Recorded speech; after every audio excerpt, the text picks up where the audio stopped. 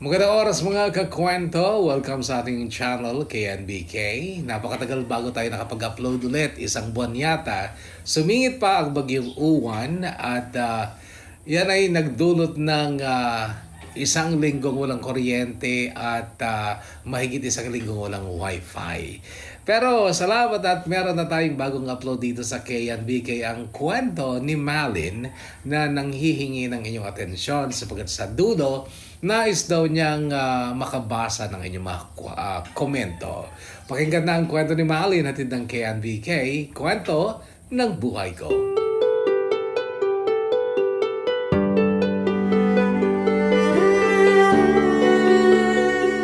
Dear Kakwento, dalawang tao pa lang naman ang nagsabing pangit ako. Una ay si Janine at pang-inis lang niya yun sa akin nung kami pa. Parang lambing lang. Pangalawa ay ang pamangkin kong si Ina. She's 5 years old at madalas ko siyang pagtripan. Lambing ko lang din yun sa kanya. I know hindi ako pangit. Hindi rin ako masama. Hindi naman din ako ganon kahirap, pero bakit sila nahirapang mahalin ako?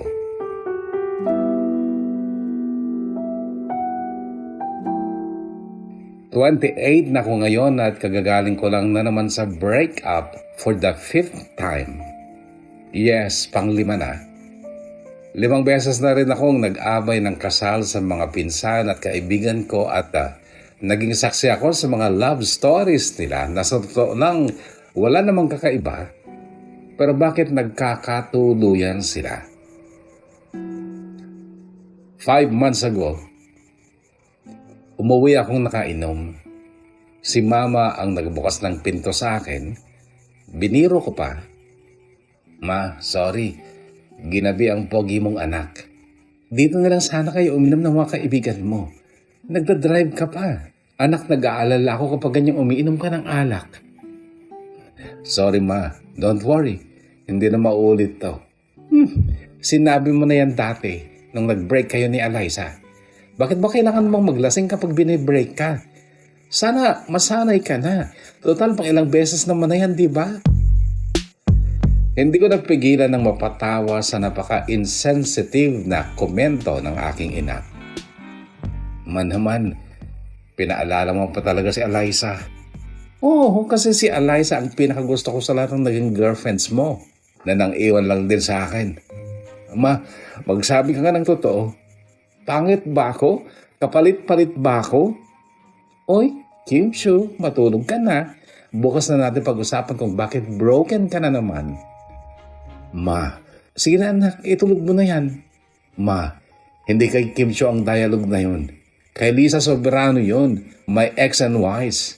"Alam ko, 27 yun, noong si Gemma pa lang ang girlfriend mo. Si Gemma na mahilig sa drama pero iniwan ka dahil hindi mo natumbasan ang pagiging dramatic niya." "Oh my God, ma. Baka mamaya si Jane na ang topic natin." Well, si Jane, in-invite niya ako sa birthday ng baby niya bukas pero sinabi niya na huwag kitang isama. Kaya matutulog na ako para fresh ako bukas sa birthday ni Janine." "Janine? Janine na anak ni Jane, hindi Janine na bagong ex mo." "Ma, huwag ka muna matulog. Kailangan ko ng kausap. At may tinatanong ako sa'yo, di ba?" "Malin, anak. Alam ko hindi ka naman talaga lasing eh. Napaka-sharp mo pa, no? Kausapin mo ang sarili mo and ask yourself why you have 5 exes now and try to answer all the whys." Hindi ako nakasagot kaagad kasi natinag ako sa sinabi niyang 5 na ang ex ko. Samantalang 4 lang alam kong alam niya na naging ex ko. Kinutumpan ako ng masama at nakaramdam ng pag-aalala, pagkapahiya dahil baka alam pala niya ang tungkol sa unang ex ko, si Regina. Narinig ko ang pagsara ng pinto ng kwarto ni Mama. Bumaba na rin ako sa lower level ng bahay kung saan naroon ang kwarto ko. Pero hindi mabura sa isip ko ang pagkakabanggit ni Mama na 5 na ang ex ko. Nag-shower ako.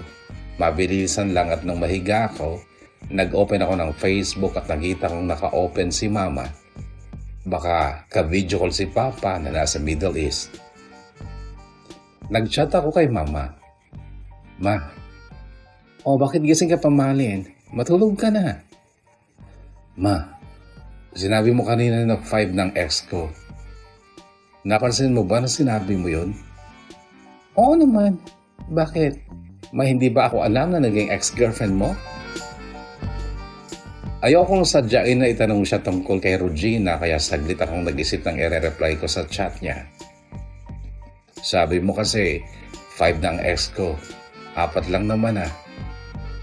Yung reply ni Mama ang nagpakaba sa akin ng sobra. Malin, akyat ka dito kung hindi ka pa matutulog at pag-usapan natin ang mga ex mo at kung bakit sila naging ex mo.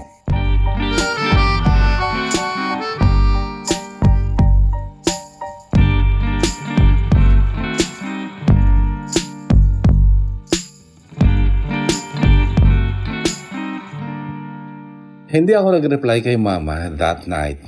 Nagpretend akong tulog na ako pero ang totoo, 2:00 na ng madaling araw ako nakatulog dahil nag-chat pa kami ni Janine. Siya ang pinakabago kong ex.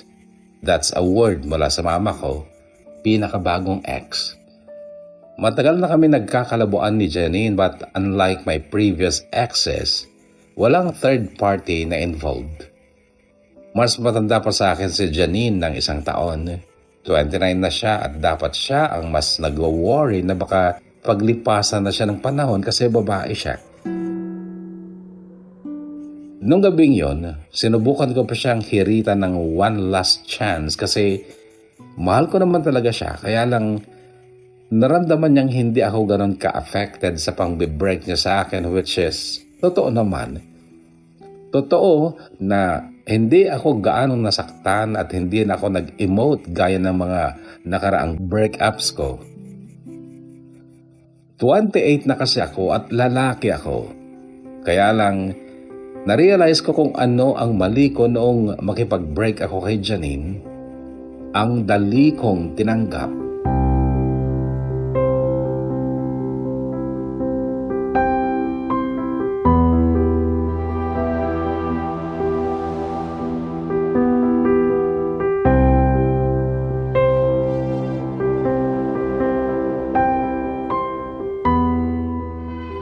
Sabi ko nga, hindi naman ako pangit, hindi ako mahirap, may disente akong trabaho, boring nga lang at hindi naman masama ang ugali ko pero bakit lagi akong nabibreak?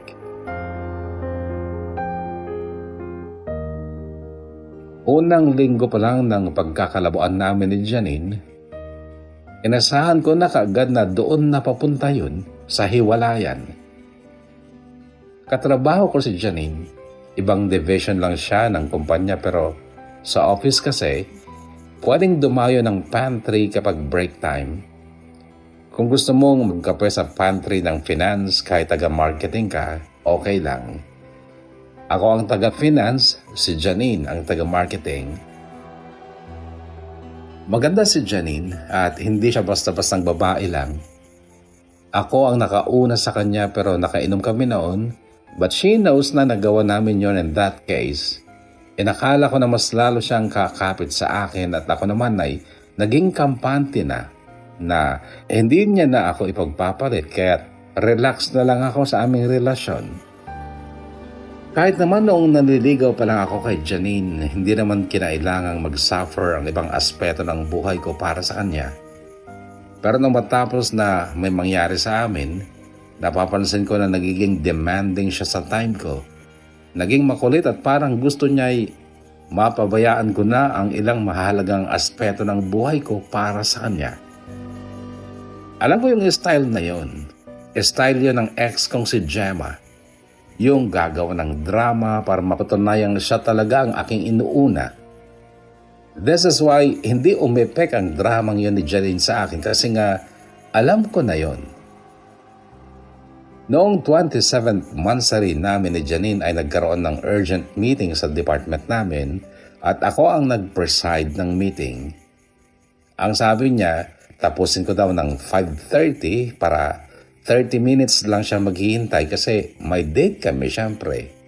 pang 27 na monthsary date na namin dapat. Ika-27 na date na namin yon ng monthsary since naging kami. Ang daming questions ng mga bagong empleyado sa department namin.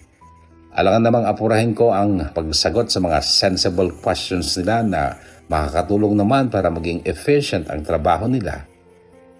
Natapos ang meeting 7:45 na ng gabi at umuwi na si Janine sa apartment nila. Ang dami niyang texts and missed calls na nakita ko na lang after ng meeting. Although nararamdaman ko sa bulsa ko ang madalas na pag-vibrate ng phone ko noon, lahat pala ng texts and missed calls na yon ay galing kay Janine. Nag-reply ako 7:46. Sabi ko susunduin ko siya. Ang sagot niya, "Nakapadyama na ako. Matutulog na lang ako." Maaga pa naman tsaka walang pagkain sa meeting. Gutom ako. Kain na lang tayo kahit dyan na lang sa malapit sa inyo. Kumain ka mag-isa mo o kaya ayain mo na lang sina Shelly at Adora. Sila ang isama mong kumain.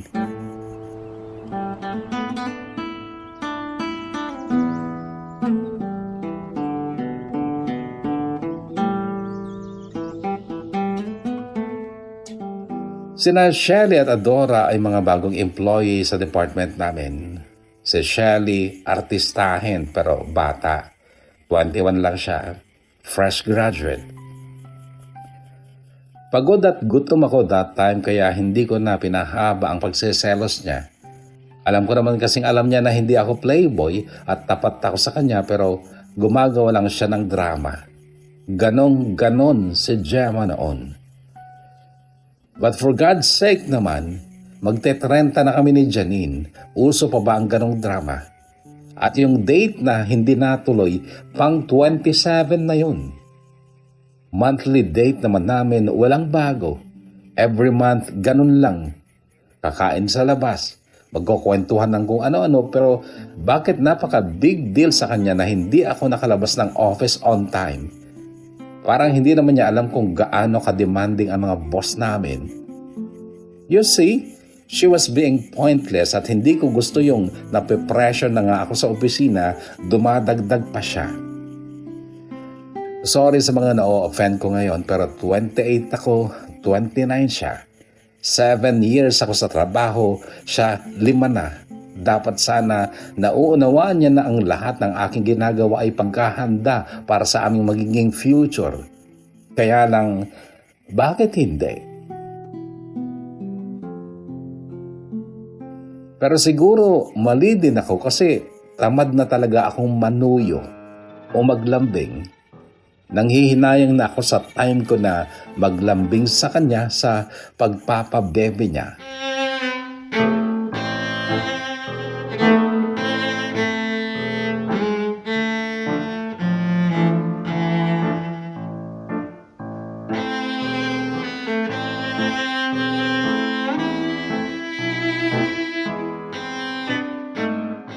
Pero that night nga, magkakasama kami ng mga friends ko, all boys kami at sila lang naman ang nag-ayang mag-inom dahil nalaman na lang brinake ako ni Janine.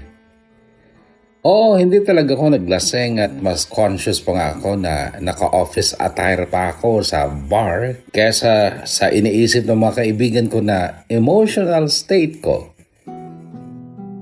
Kachat ni Segfred si Mama while nasa bar kami. Si Segfred ang kaibigan kong pinaka-close kay Mama. Nasa corner ng isip ko noon na may problema ako kasi brinake ako ni Janine. Pero sa puso ko, wala talaga akong maramdamang masyadong sakit. Nasa isip lang ang sakit kasi nga dapat si Janine na ang last girlfriend ko kasi magiging asawa ko na siya. Kaso ayaw niya na, so anong gagawin ko? That night nabanggit ni Mama si Regina kaya naisipan kong kulitin pa for the last time si Janine.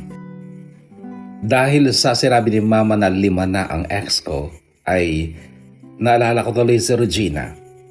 Kaya naisipan kong kulitin pa for the last time si Janine. Ginawa ko yung typical na ginagawa ng isang binata na panunuyo sa babaeng break sa kanya para lang bigyan siya ng one more chance.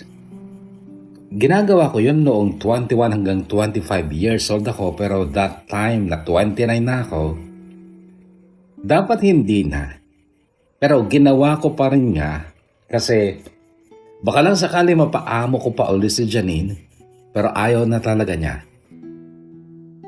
Kung sa iba, gagawa pa ng paraan, hindi pa susuko, lalaban pa against all odds para lang mapatunayan ng wagas at 1,000,000% na gustohang mabalik ang nang iwan na.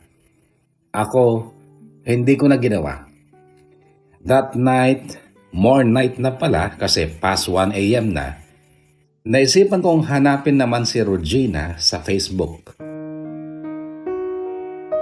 Si Regina ang first ex ko. At alam ko, hindi alam ni Mama ang tungkol sa kanya. Kaya nga, nagtaka ako kung bakit sinabi niyang 5 na ang ex ko. Inaya ako ni Mama na umakyat sa kwarto niya that night pero hindi ako nagpunta kasi nga baka mapag-usapan lang namin si Regina at hindi ako handa para doon. Kaya lang nagtaka nga talaga ako kung alam niya ang tungkol kay Regina, paano at sino ang nagsabi sa kanya. Si Regina ang first relationship ko pero itinago ko siya kasi nung time na kami ni Regina ay katulong namin siya.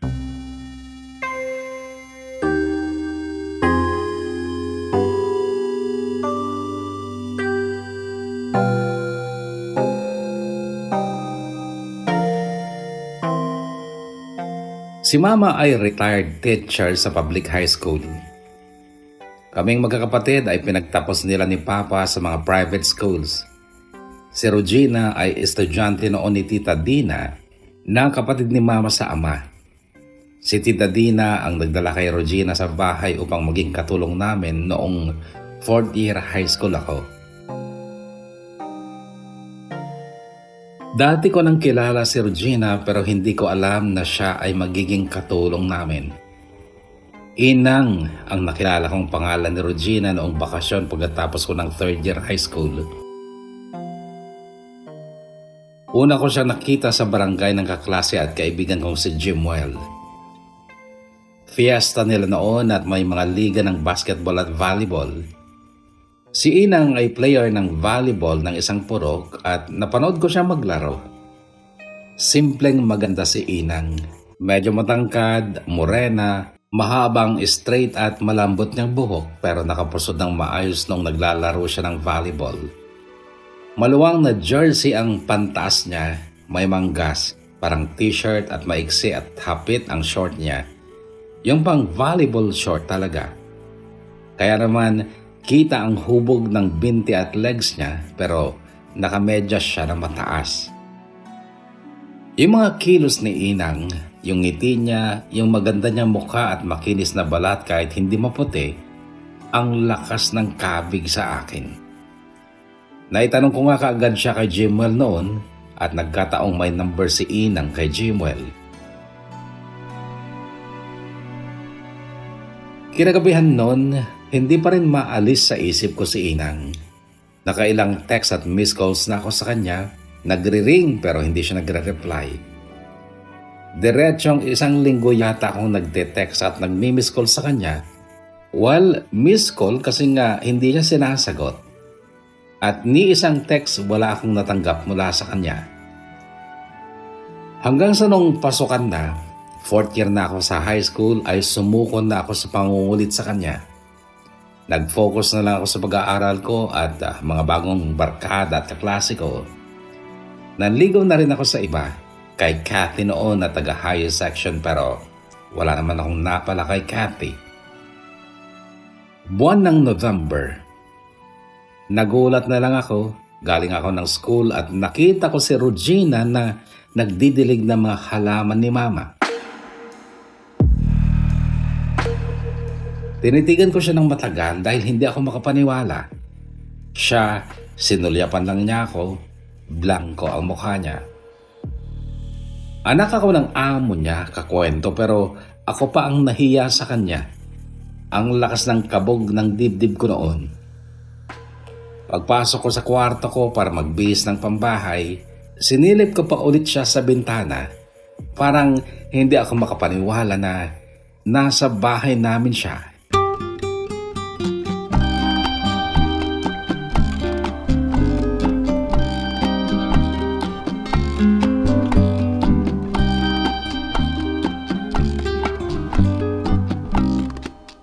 Kinagabihan, noong tansya ko'y tapos na sila sa mga gawain nila sa bahay at nakapirmi na sila sa kwarto nila ni Ate Melay, nag-miss call ako kay Inang. Miss call lang talaga yon dahil nahihiya akong tawagan siya. Sinundan ko ang miss call ko ng text na ganito. Hi Inang, isang linggo kitang kinulit sa text noon hanggang sa sumuko na lang ako sa pang-iisnab mo sa akin. Pero ngayon, dito ko pa sa bahay namin nakatira. Paano yan? May iwasan mo ba ako? Nag-reply siya kakwento. Natawa ko nung mag-pop ang text niya pero nalungkot ako noong basahin ko ang text niya. Oo, may iwasan kita kung gusto ko. Hindi naman ako nagpunta dito para sa'yo eh. Nandito ako para magtrabaho.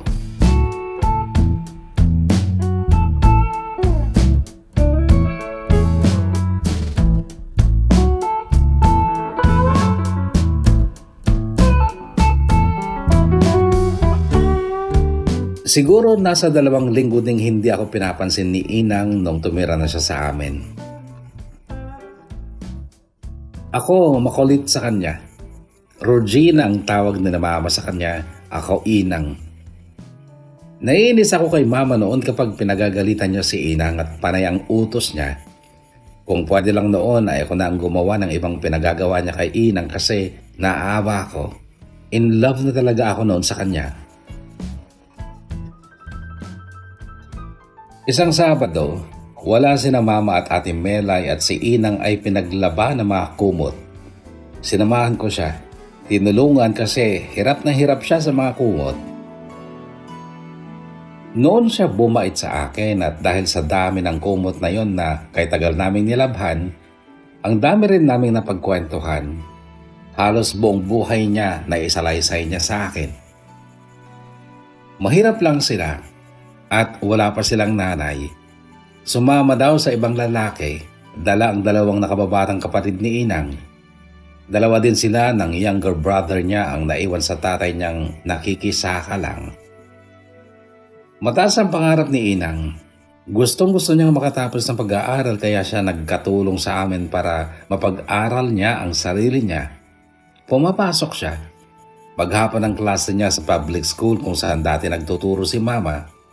Sa gabi at madaling araw umaarya si Inang sa pagtatrabaho sa bahay, kapalit ng sweldo niya kay Mama. 5:30 p.m. dapat nasa bahay na si Inang dahil kung hindi, sasabunin siya ni Mama. Malapit lang naman kasi ang public school sa bahay namin. Pwedeng lakarin at naglalakad lang talaga si Inang. Nagbabaon rin siya ng lunch para hindi na siya umuwi ng tanghali. Kahit magkasama kami sa bahay kakwento, sa text ko siya niligawan. Sa text din niya ako sinagot pero sa kondisyon na kami lang daw muna ang makakaalam at hindi dapat malaman ni Mama.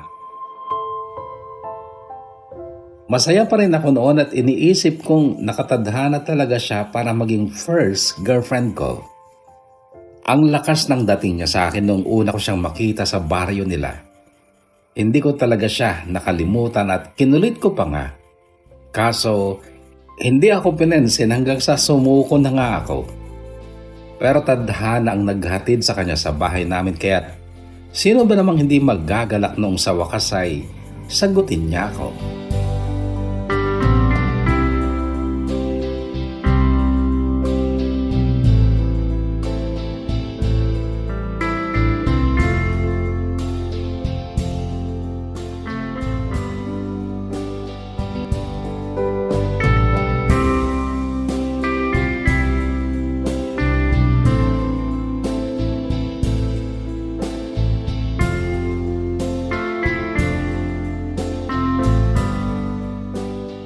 Kaya lang, Habang nagtatagal ay nakikita ko yung disadvantage na magkasama kami sa isang bahay at inililihim namin ang relasyon namin. Nahirapan ako sa totoo lang. Madalas nag-aaway kami sa text hanggang sa parang napuno na siya. Kasi that night siguro pagod na pagod siya, nakipag-break siya sa akin. Ako naman si Gago, nagyabang pa. Sabi ko, mabuti pa nga siguro. Wala din lang namang nangyayari sa relasyon na to.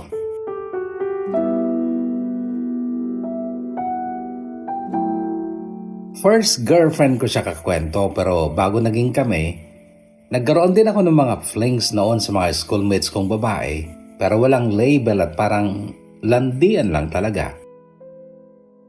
Naisip ko noon, mas madali yung nakikipaglaro ka lang kesa nagseseryoso pero hindi naman natutumbasan yung pagseseryoso mo. At nung unang linggo na hindi na kami ni Inang, okay lang naman talaga sa akin kasi may mga nakakalandian na ulit ako sa school. Kaya lang, nung malaman kong may nanliligaw kay Inang na taga sa amin lang din, pero schoolmate niya, bigla akong nagselos. Isang hapong may lagnat ako kaya hindi ako pumasok. Ako pa mismo ang nakakita na inihatid siya ni Kilmer. Yung nanliligaw sa kanya at kitang-kita ko talaga yung masayang ngiti ni Inang habang kausap si Kilmer. Mainit ang katawan ko noon dahil sa lagnat pero kumulo pa ang dugo ko dahil sa galit at selos. Isang umaga ng Lunes, si Jimwell naman nakaklasiko ang nagkwento. Magkabarangay sina Jimwell at Inang at nakita daw ni Jimwell sina Kilmer at Inang nung linggo sa kapilya sa barangay nila at kasama pa nila ang tatay ni Inang na nagsimba. Nahirapan akong itago ang inis ko noon sa harap ng mga kaibigan ko. Umagang-umaga pa naman at Lunes na Lunes. At pagsapit ng hapon, ang pinakaayaw kong mangyari noon ay ang makita si Inang sa bahay namin. Gusto ko siyang mawala sa bahay noon pero hindi ko alam kung paano ko yon gagawin. Nung gabing yon, tinext ko si Inang. Tinanong ko kung totoong sila na ni Kilmer. Umamin siya. Ang sabi ko, alam mo bang sobrang sakit sa akin na nagka-boyfriend ka na kaagad? Ang reply niya, at bakit ka naman masasaktan? Wala naman na tayo ah. Pero mahal pa kita kaya nasasaktan ako. Eh di sorry na. Magkabalikan na lang tayo, Inang. Text ko pa pero sa totoo lang, pinagsisihan ko ang text na yon dahil ang reply niya, hindi na pwede. Kasasagot ko lang kay Kilmer at isa pa, hindi tayo pwede talaga dahil magkasama tayo sa isang bahay.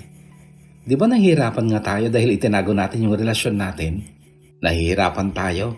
Bakit? Pati ba ikaw nahirapan din? Siyempre. Inang, sagutin mo ako ng totoo. Minahal mo ba talaga ako? Hindi mo na dapat tinatanong yan. May iba na ako. Past is past.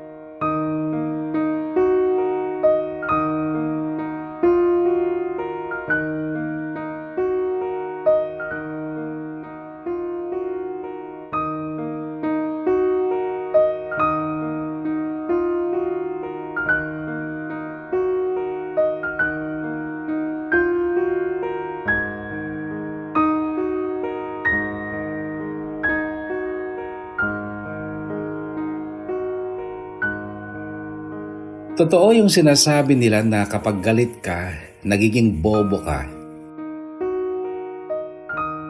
Nagkaroon ako ng malaking kasalanan kay Inang. Araw ng Sabado noon, may baklang nag-service ng kulay sa buhok ni Mama. Nasa terrace sila, pati si Inang na parang nag-a-assist dun sa nagkukulay. Ang kwarto ko ay katabi lang ng terrace at may bintana na one-way mirror kaya nakikita ko sila pero hindi nila ako nakikita. Tinanggal ni Mama ang mga hikaw niya nung bago siya kulayan. Inilabag niya ang mga hikaw sa pasamano ng bintana ko. Noong magbanlaw na si Mama ng buhok niya, pumunta sina Mama at yung bakla sa laundry area para doon banlawan ng buhok ni Mama. Si Inang naman noon ay nasa mga halamanan ni Mama. Ibinukas ko ang bintana, kinuha ko ang mga hikaw kaya syempre, nung hanapin ni Mama, wala doon. Naghanap sila habang ako'y nagtutulog-tulugan. Pumasok pa nga si Mama sa kwarto ko. Ginising ako at tinanong ako tungkol sa hikaw pero sabi ko, anong alam ko? Natutulog ako. Si Inang ang pinagbintangan na siyang dahilan para siya ay mapalayas sa aming bahay. Success para sa akin yon. Masaya ako dahil sa wakas, hindi ko na siya makikita. Pero nakokonsensya ako nang dumating si Tita Dina sa bahay at sinisi pa ni Mama si Tita Dina. Magnanakaw pala yung Regina na yun, Dina. Bakit siya pang dinala mo sa akin? Litong-lito si Tita Dina at hindi makapaniwala dahil tumira din si Inang noon sa kanila pero wala daw nawala. Mabuti na lang at hindi nila naisipang ipabarangay o ipapulis si Regina. Kaya lang, kapitbahay lang ni Tita Dina si Kelmer, ang boyfriend noon ni Regina. Kaibigan ni Tita Dina ang mami ni Kelmer kaya nasira si Regina kay Kelmer at sa mami ni Kelmer at iyon ang dahilan ng paghihiwalay nila.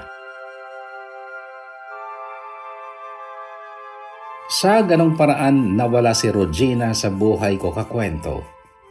Alam ko naging masama ako. Pinabobo ako ng galit ko.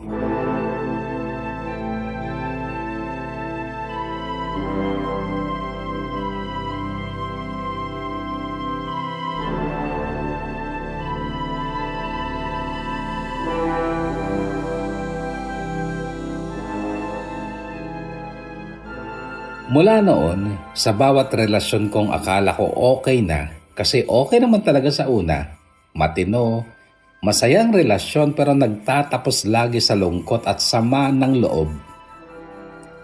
First year college ako nang maging kami noon ng kaklase kong si Jane. Mestiza siya, half British, half Pinay, at napaka-bubbly ng personality niya. Ang taas lagi ng energy at unang araw pa lang namin ay nag-aya na siya sa bahay dahil gusto daw niyang makilala ang pamilya ko. That time, kare-retire lang ni Mama at nag-i-interior decoration siya sa bahay. Noon lang i-display ni Mama ang mga Arabic decorations na pinabibili niya kay Papa sa Saudi. And Jane was the first person na nag-appreciate sa mga collections ni Mama. Kaya lang, hindi kami nagtagal ni Jane kasi collector din pala siya ng mga boys na hindi gwapo pero may dating at kabilang ako doon.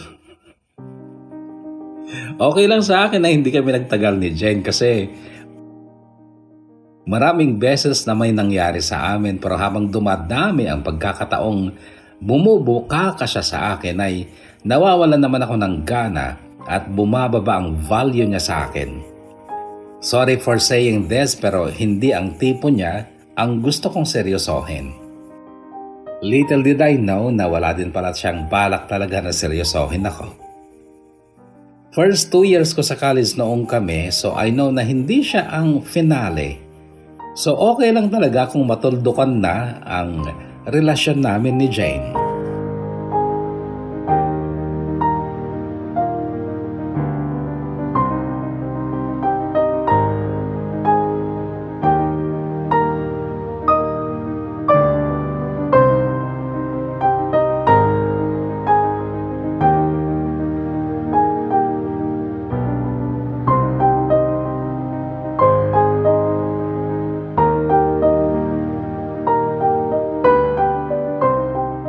Then there's Gemma na dumaan lang din. 3 years kami ni Gemma.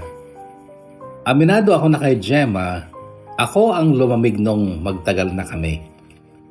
Bigla na lang ako nagkagusto kasi sa iba, kay Eliza na nakilala ko sa OJT assignment namin. Sa office na yon, kasama ko din si Gemma. Inilaban talaga namin sa professor namin na sa iisang office kami mag-OJT ng girlfriend ko noon na si Gemma. At pinagbigyan naman kami. Kaya lang sa ibang department napunta si Gemma at sa department ko, nakasama ko si Eliza.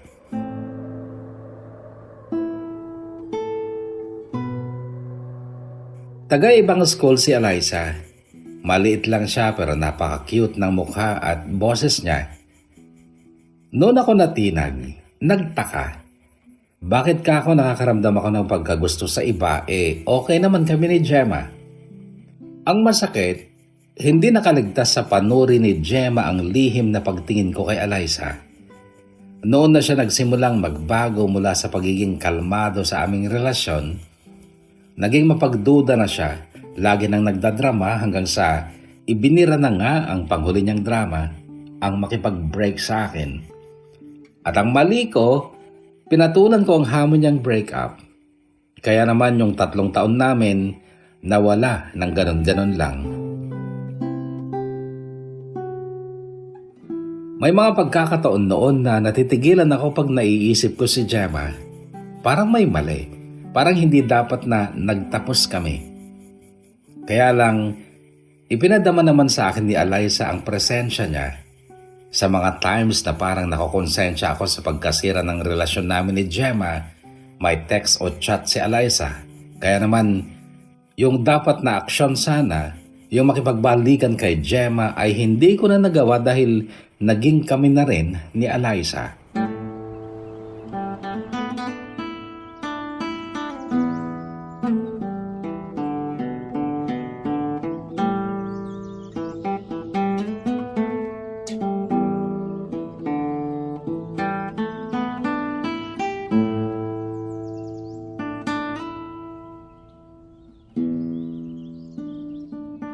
Naging masaya din kami ni Eliza. Mula sa huling buwan ng college life namin hanggang sa unang taon ng pagtatrabaho ko ay okay naman talaga kami. Sa amin lang sa Tayabas City ako nakapagtrabaho. Si Eliza ay sa Lucena City. Unang 2 taon namin kahit magkalayo ay okay naman kami. Hanggang sa noong Christmas break ng 2019 ay umuwi siya ng Tayabas. Inaya niya akong magkita kami sa lumang tulay ng Malagonlong. Malapit lang yon sa kanila. Natural nagpunta naman ako.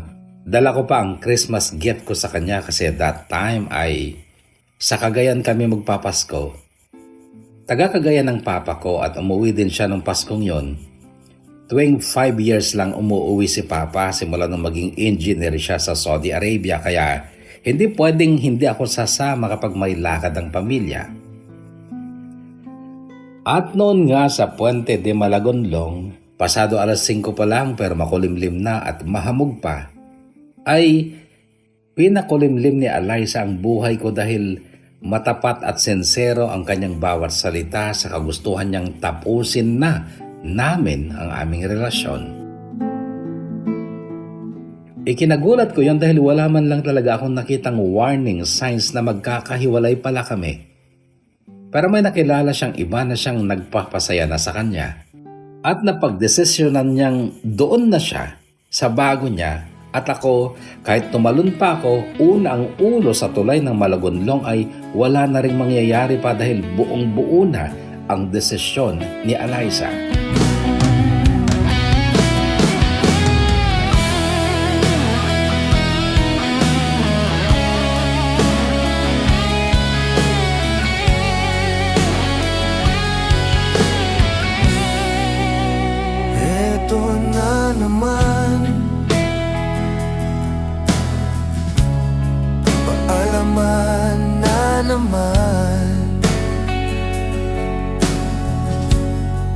Yung pangakong walang hanggan naging hanggang dito na lang. Alam mong mahal kita, pero di ko gustong pigilan ka. Dahil alam kong mas lalala pa kung sa piling ko'y manatili ka pa. Pagod na rin kasi ako, sinta, sa Diyos nga'y nagmakaawa na.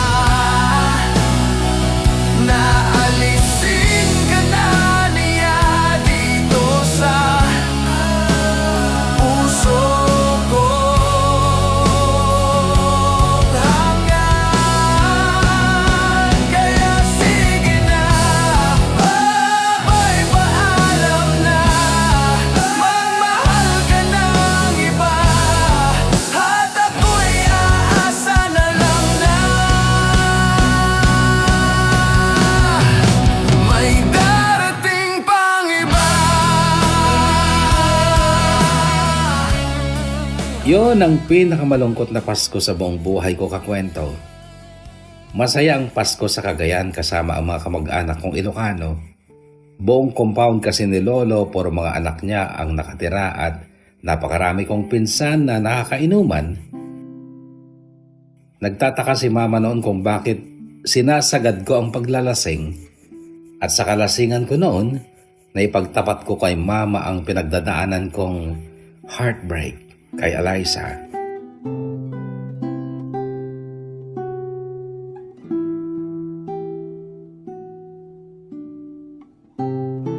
Pangalawang gabi namin sa Cagayan noon, nasa tabi ako ng Cagayan River at kausap ko sa cellphone si Eliza.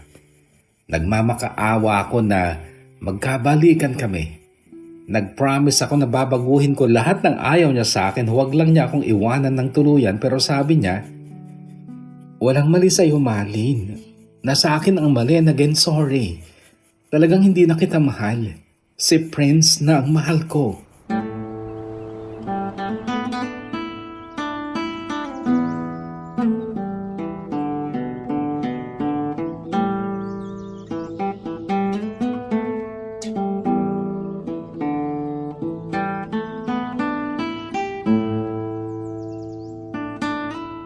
Kasunod ng Paskong yon noong 2019 ay sumingaw na ang pandemic. 2 taon kakwento na hindi ako nagka-girlfriend. Then, nagkaroon ng mas magandang work opportunity sa Maynila.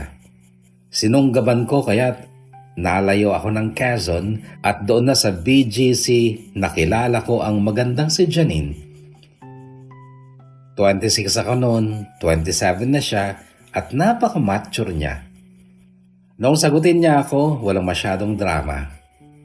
Doon nga lang niya ako sinagot sa harap ng water dispenser sa pantry ng department nila. Ako din, walang drama nung sabihin niyang, sige, tayo na. Napatitig lang ako sa maganda niyang mukha. Nung umupo siya sa harap ng mesa sa loob ng pantry, hinahalo niya ang kape niya. Tinitigan ko lang siya. Nung mapuno ang hot water ng mug ko, umupo din ako sa tapat niya. Anong date ngayon? Tanong ko sa kanya. December 8, 2024. Casual na sagot niya bago humigop ng kape niya. Oh, tulala ka. Untag niya sa akin. Nashock lang ako. Hindi ko inasahang sasagutin mo na ako. Dito pa sa pantry. On a very ordinary day, di ba? Sabi niya pero dinugtungan niya ng ganito. Pero Malin, gusto ko na every month, gagawin nating special ang bawat mansari natin. Hindi tayo magde-date on any day. Tuwing mansari lang natin tayo lalabas. At salitan tayo sa gastos. Sa first mansari natin, ikaw ang taya. Sa susunod ako naman. Okay lang ko ako lagi. Ako naman ang lalaki.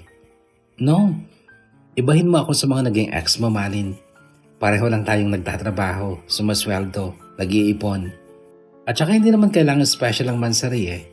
It's just a monthly celebration of our relationship. Alam mo yun, magharap tayo sa mesa, nakikita natin yung mukha ng bawat isa.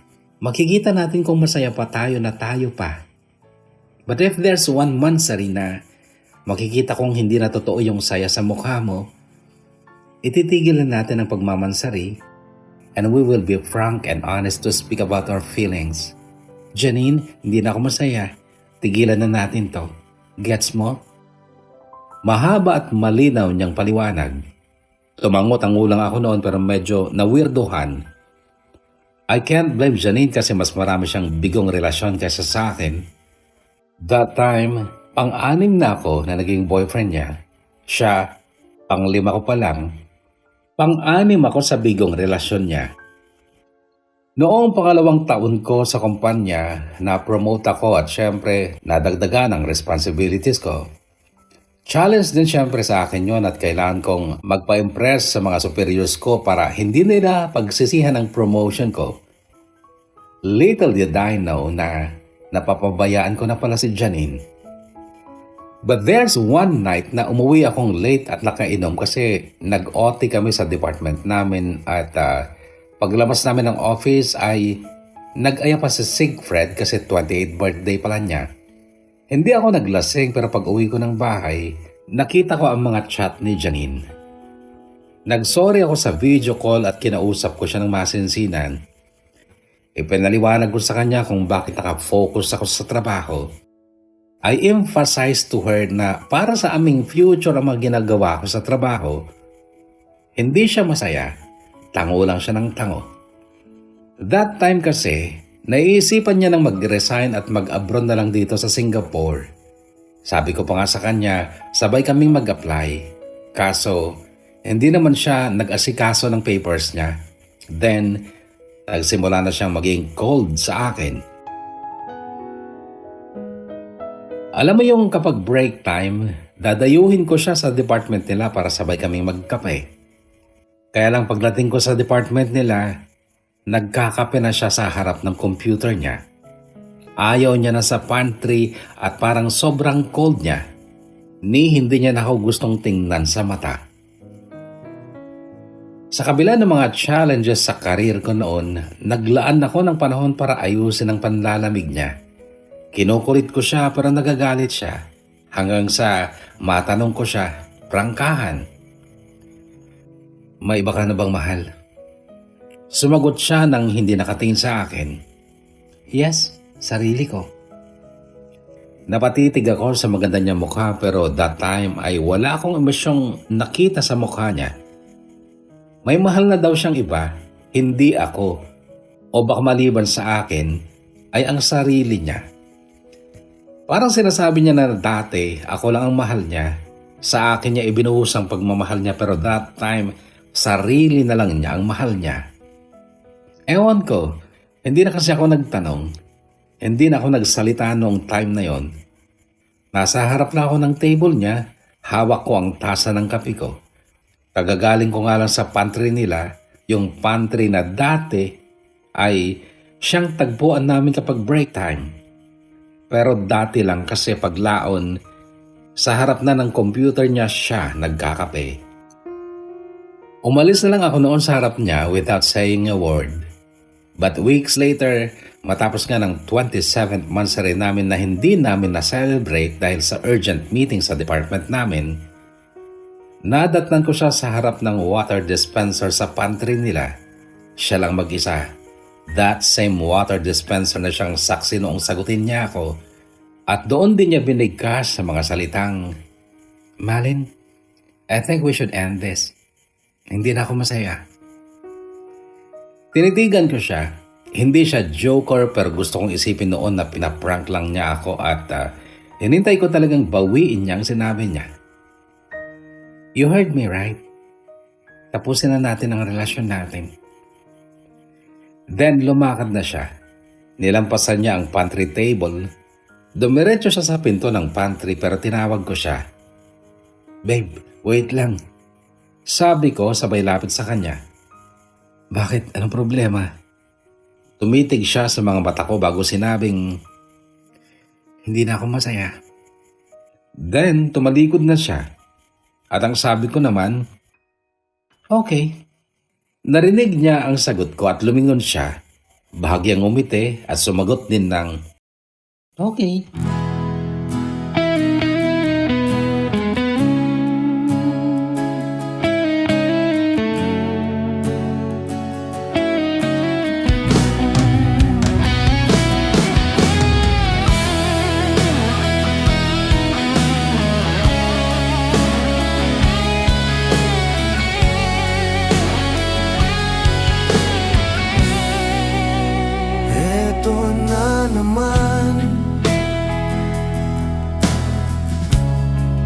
Paalaman na naman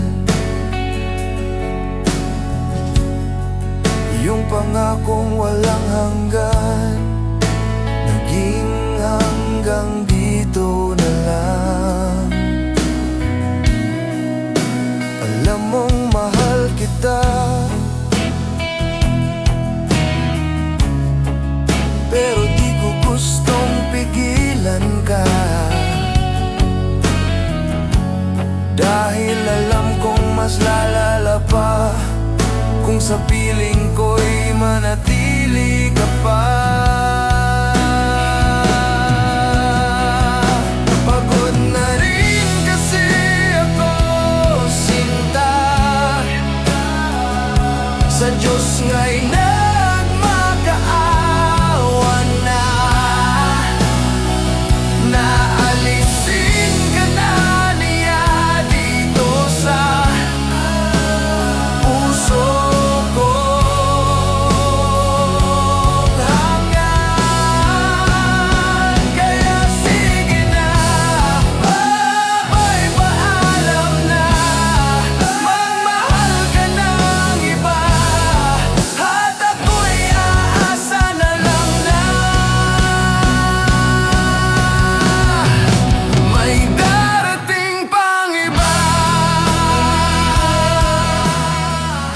Kinagabihan nun, kasama ko sina Sigfred, Mandy at Louie sa paborito naming bar.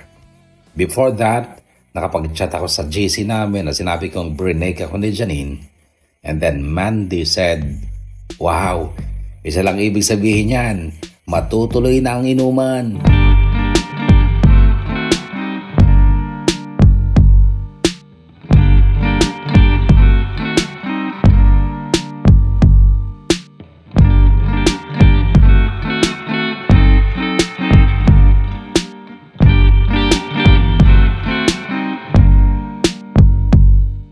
Sa utak ko, parang hindi ako okay, pero sa totoo lang, sa dibdib ko, parang wala lang. Parang wala lang kasi ganoon din naman si Janine. Tama bang ngumawa ako, umiyak kung siya nga parang hindi naman affected? Babae siya na magte-30 na. Lalaki ako na hindi naman nagmamadali sa pag-aasawa. So, anong point para ako magdrama? Sabi ni Sigfred, marami pa dyan.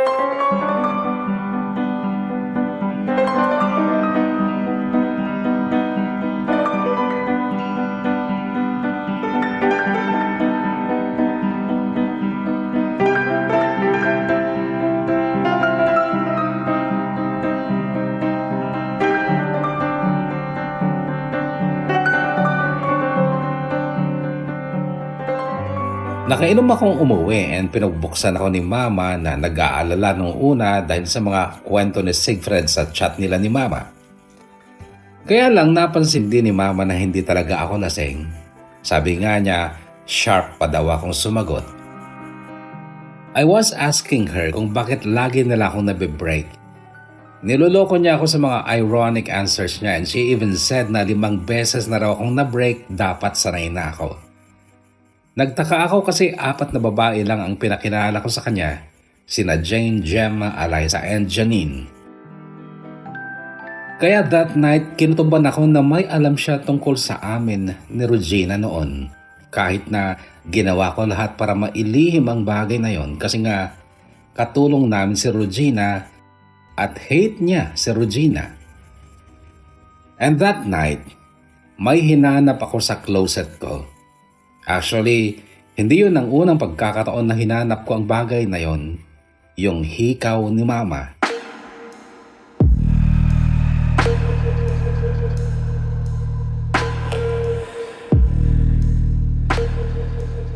That night, ang ginawa ko, inilabas ko lahat ng laman ng closet ko. Inilagay ko sa ibabaw ng kama ko at lahat ng damit na nasa ilalim. Binulat-lat ko tsaka tinupi ulit. At bago ako matapos, nakita ko na ang mga hikaw ni Mama na itinago ko doon 13 years ago. Yun ang dahilan ng pagkawala ni Regina sa buhay ko. Minsan noon, nakakarinig pa rin ako ng kwento kay Jimwell tungkol kay Regina pero nung mag-college na kami, nag-PMA si Jimwell at nawala na kami ng communication. Naka 2 years lang si Jimwell sa PMA kasi nag-migrate sila sa Moldova. That night, habang nakatitig ako sa 2 malalaking gold na hikaw ni Mama sa ibabaw ng side table ko, nasa isip ko si Regina. Kailangan ko siya makausap, humingi ng tawad dahil, well, hindi sa pagiging old-fashioned pero somewhere in my mind noon ay naiisip ko na isinumpa ako ng tadhana na hindi liligaya sa mga relationships ko dahil sa masamang nagawa ko noon kay Regina.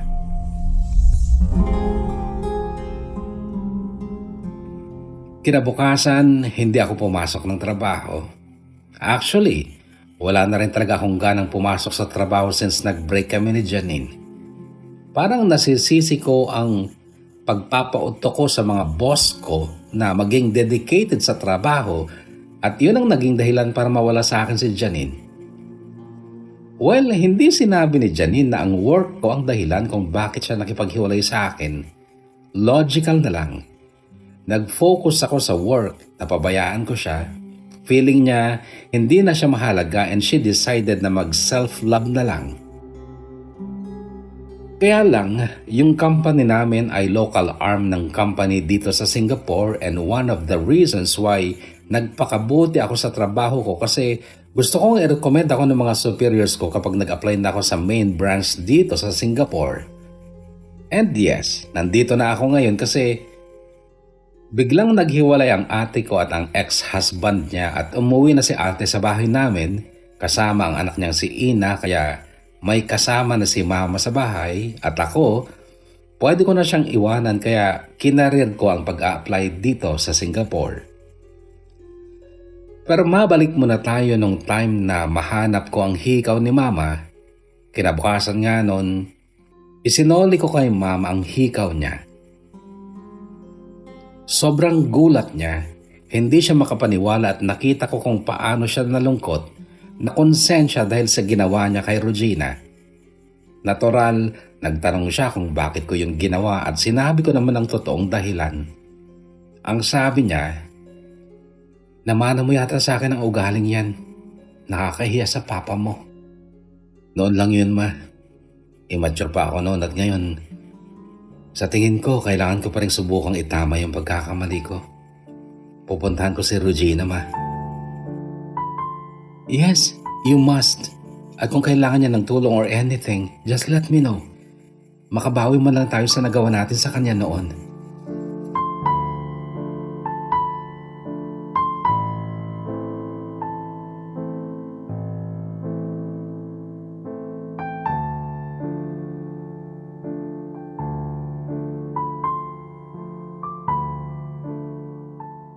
Nagmotor lang ako papunta sa barangay ni Nainang na barangay din dati ni Jimuel.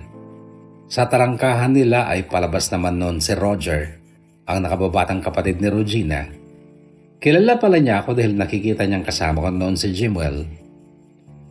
Hindi na raw sila doon nakatira. May umuupa na raw sa bahay nila at nagpunta lang si Roger dahil may inayos siya sa bubungan. Sa Lukban na raw sila nakatira. Joyride ka na lang, kuya. Sabay ka sa akin, sabi ni Roger. Sumabay nga ako at sa isang barangay sa Lukban, liblib na halos. Napakaraming puno sa paligid ng maliit na bahay ni na Roger at si Regina. Nakita kong busy sa pagkamada ng mga tuyong dahon ng saging. Maganda pa rin si Regina. Mas lalo nga lang umitim at may anak na siya na nakikialam noon sa ginagawa niya. Ganon pa rin makiharap si Regina, parang soplada dahil hindi mo makikitaan ng lambing ang mukha. Naligaw ka yata, Sir Malin. Narinig kong sabi niya pero hindi nakatingin sa akin. Nagpapatuloy lang siya sa ginagawa niya. Para saan yan? Tanong ko sa ginagawa niya.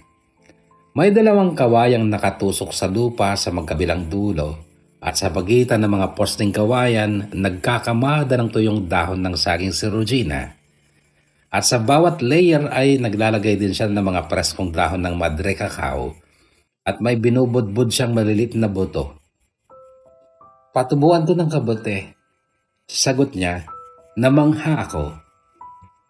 Kanino mo naman natutunan yan? Kay tatay.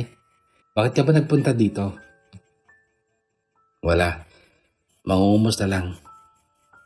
Noon ay tumayo siya, nakapamewang at marahang hinihilot ang palakinturan niya.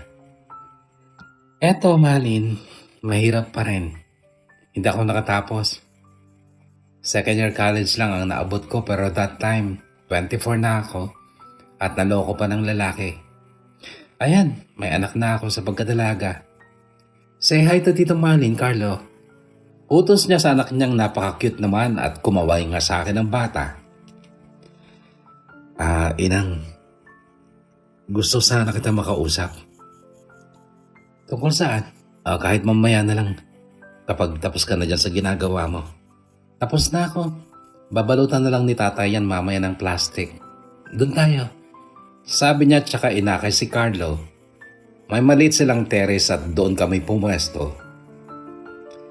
Inamin ko sa kanya ang kagaguhang nagawa ko noong nakatira pa siya sa bahay namin, yung pagtatago sa hikaw ni mama at siya ang itinuro sa larin.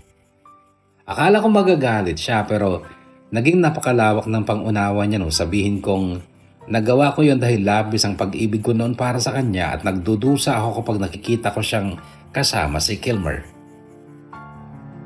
Sinabi ko sa kanya ang sinabi ni Mama na kung kailangan niya ng tulong ay sabihin lang niya. Wala daw siyang kailangan kundi asawa. Pabiro niyang sabi yun, tumawa pa nga siya. Kung gusto mo, Regina, ako na lang. Tatanggapin ko maging si Carlo. Napatitig siya sa mga mata ko, then hinila niya si Carlo sa tabi niya at tinanong niyang bata, Nak, gusto mo bang maging tatay tong lalaking to? Sumulyap lang sa akin si Carlo. Sagot na. Gusto mo bang magkaroon ng papa? Opo. O eto nga, si Malin. Gusto mo bang maging tatay to? Napangiti ako sa sagot ng bata. Ngiting ginawa ng masaya at excited na puso ko. Kasi ang sagot ng bata, Opo, Mama. Muling buksan ang puso, magmahal muli, magtiwala. Aral ng nakaraay, magsilbing gabay. Lahat tayo'y dumanas ng pait at kabiguan. Tandaan na ang buhay ay sadyang ganyan. Kaya tumasang may tunay na nakatadhana.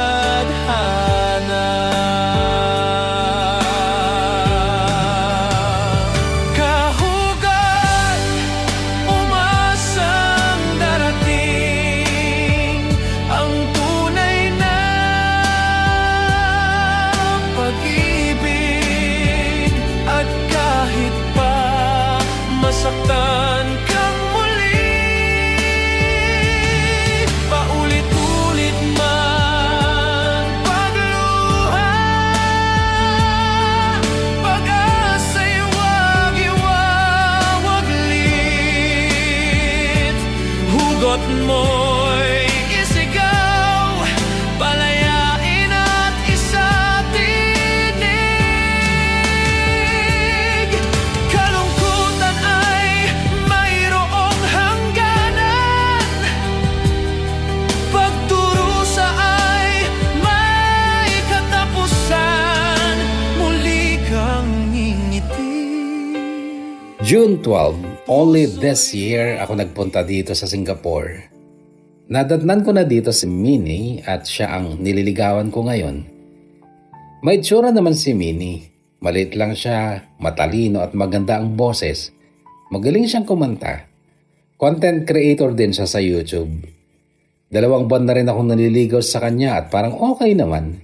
Hindi ko lang kasi mabasa ang mga kilos niya kasi kung anong treatment niya sa akin, ganoon din ang treatment niya sa ibang lalaki sa office.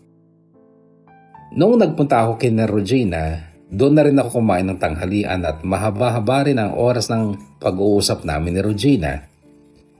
Maayos naman niyang ipinaliwanag na hindi niya ako gustong pumasok sa buhay niyang ayon sa kanya ay buhay na kaawa-awa. Hindi ka mahirap mahalin-malin pero huwag na lang ako. Tumingin ka ng kabagay mo. Ayoko rin kasing matawag na sinuwerte dahil isang kagaya mo pa ang magiging ama ng anak ko sa pagdadalaga. Bakit mo kasi iintindihan ang sasabihin ng iba? Huwag na lang ako, Malin. Tumingin ka sa iba at mula ngayon, kalimutan mo na ako. Huwag ka na makonsensya sa nagawa mo sa akin noon kasi may kasalanan din naman ako noon sa'yo. Ha? Anong kasalanan mo sa akin noon? Huwag ka magagalit ha. Pero alam mo yung mga nagawa nating mali noon ay dahil immature pa tayo. Sorry na din sa nagawa ko sa'yo noon. Ano nga nagawa mo sa akin noon? Yung pinaniwala kita na mahal kita.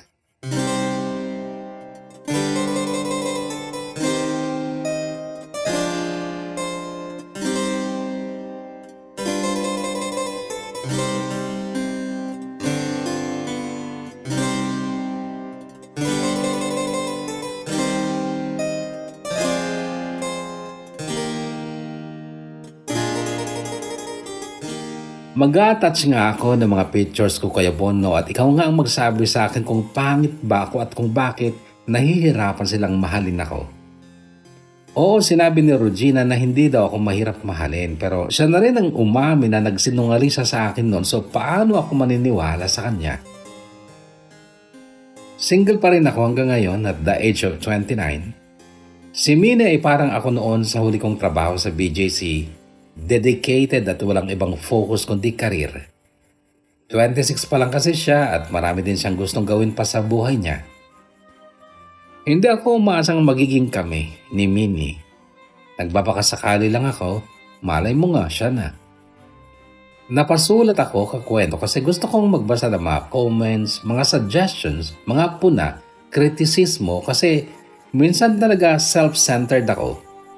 Hindi ko nakikita yung nakikita ng iba sa akin kaya gusto ko lang malaman ano ba ang dapat kong gawin para magkaroon ng relasyong hindi na magtatapos makaraan ng 3 taon. Umaasa ako sa mga comments ninyo in advance at maraming salamat sa pagbabasa nitong kwento ng buhay ko. Kumagalang at nagpapasalamat, Malin.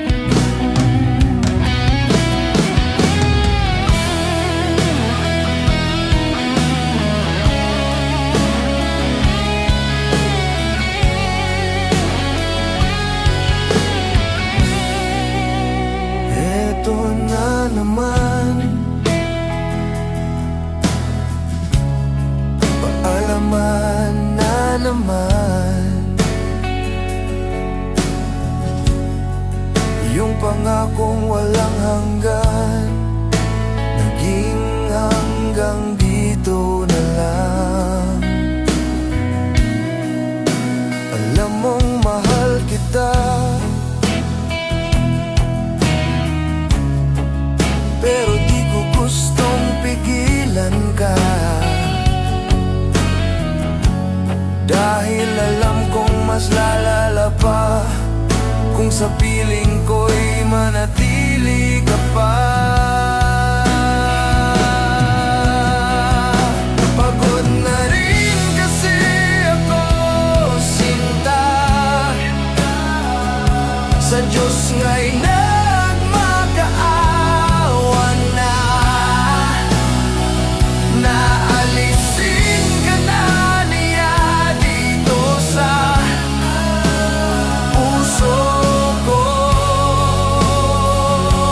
Hangan, kaya sige na, ay paalam na, magmahal ka ng iba, at ako'y aasa na lang na may darating pang iba. So, Malin, una sa lahat, maraming salamat sa pagbabahagi ng iyong napakagandang kwento. Ano? And papasa ko na lang sa ating mga kakwento, kahugot kabang ang mga ninanais mong mabasa, mga komento, suggestions, ano pa tawag mo nun? Mga mungkahi kung anong nakita niyong mali kay Malin kung bakit siya'y lagi na lamang nabi-break after 3 years.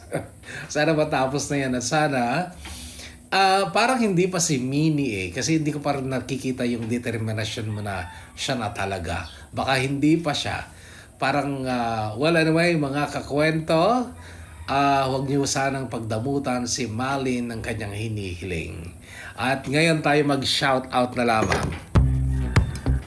Mula sa nagdaang kwento dito sa KNBK, sabi ni Genesis Bericilio, pa-shoutout kuya sa next na kwento. No problem. Ngayon na yun, Genesis Bericilio, La Arnie P, shoutout to you. And Daiselin Ferrer o Daiselin Bidanya of Doha, Qatar. Pa-shoutout amin nga taga Common Aritaw Nueva Vizcaya, especially family Bidanya. Maraming salamat.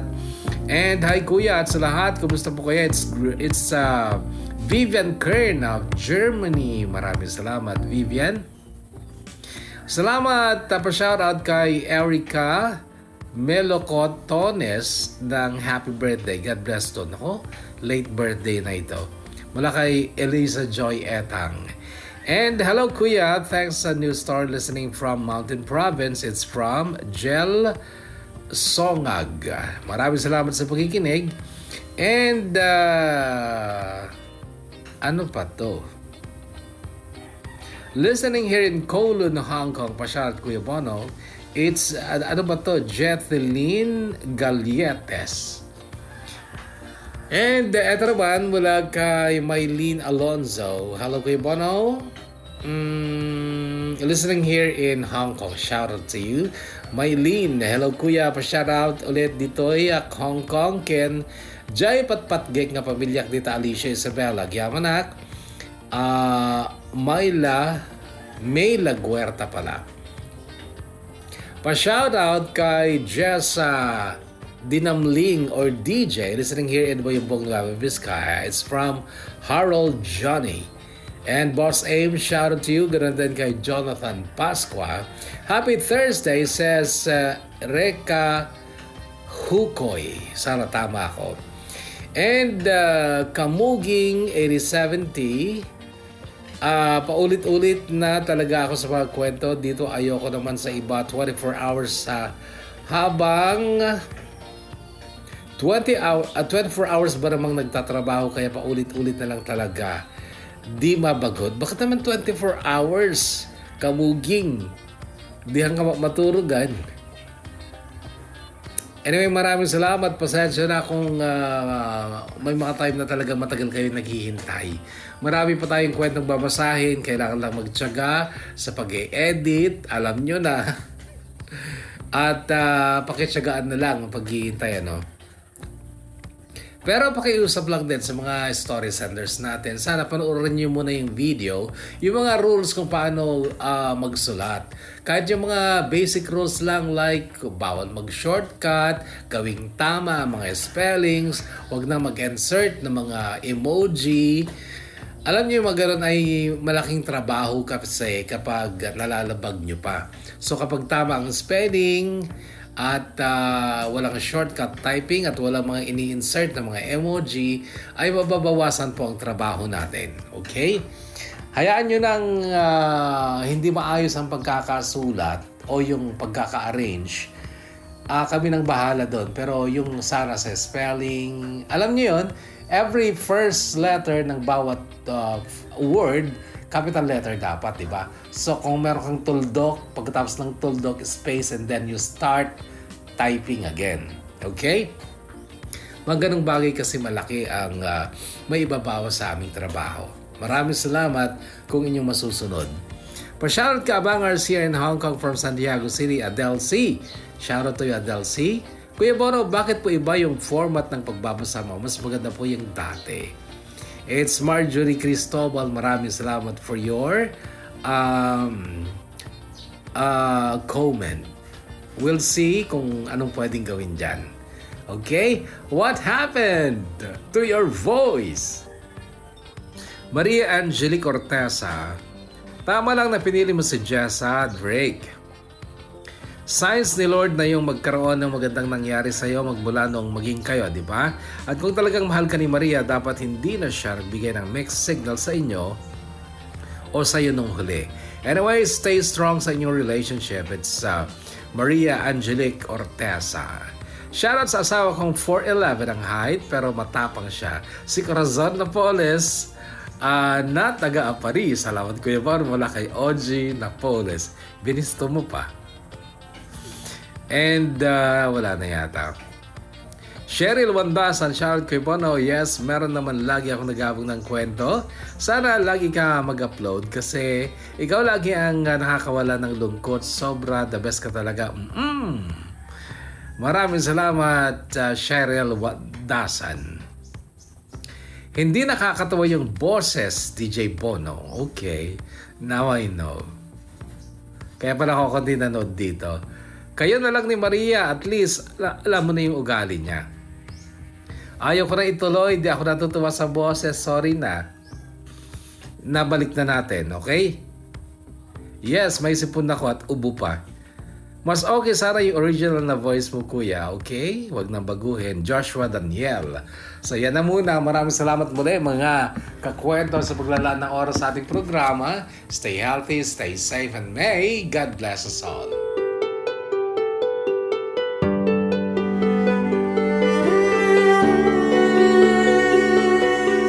mo